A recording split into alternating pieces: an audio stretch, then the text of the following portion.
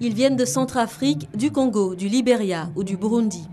Ce 20 juin 2015, 15e journée mondiale des réfugiés, ils célèbrent notamment cette convention africaine sur le droit des réfugiés qui permet depuis 1974 de trouver asile lorsque la guerre, les conflits ou les persécutions contraignent à l'exil. Sounia, centrafricaine, a trouvé refuge en terre ivoirienne depuis le 2 janvier 2014. L'accueil était chaleureux au niveau de l'aéroport. Arrivé en Côte d'Ivoire, il y a la paix. Au début, ce n'était pas facile parce qu'on a abandonné nos parents là-bas, les enfants. On était partis comme ça. Près de 2000 réfugiés originaires de 29 pays vivent actuellement en Côte d'Ivoire. Ils sont entre autres assistés par le SARA, service d'aide et d'assistance aux réfugiés et apatrides, avec l'appui du Haut Commissariat pour les réfugiés. L'assistance apportée par le HR, elle se fait à travers le SARA. Elle se fait aussi à travers des partenaires tels que la SAPSU, tels que Caritas. Donc c'est plus une assistance d'abord juridique et ensuite il y a aussi une assistance matérielle.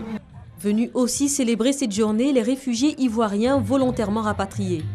Ils étaient 300 000 à quitter la Côte d'Ivoire début 2010. Fin juin 2015, ils ne sont plus qu'environ 60 000 à vivre pour la plupart dans les pays limitrophes. La Côte d'Ivoire a signé un certain nombre d'accords tripartites entre les pays voisins et l'UNHCR pour permettre le rapatriement de ses compatriotes. Et le gouvernement ivoirien a entrepris des négociations, des discussions pour mettre en place ce dispositif pour pouvoir procéder à l'accueil imminent de nos compatriotes.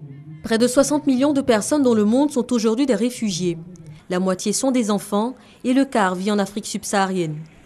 La Journée mondiale des réfugiés est aussi l'occasion de sensibiliser sur l'apatridie, une des conséquences de ces déplacements forcés.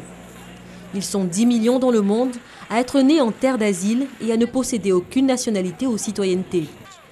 Réfugiés ou apatrides, ces statuts sont protégés par des conventions internationales et confèrent à ces personnes le droit de vivre dans la paix, la sécurité et la liberté.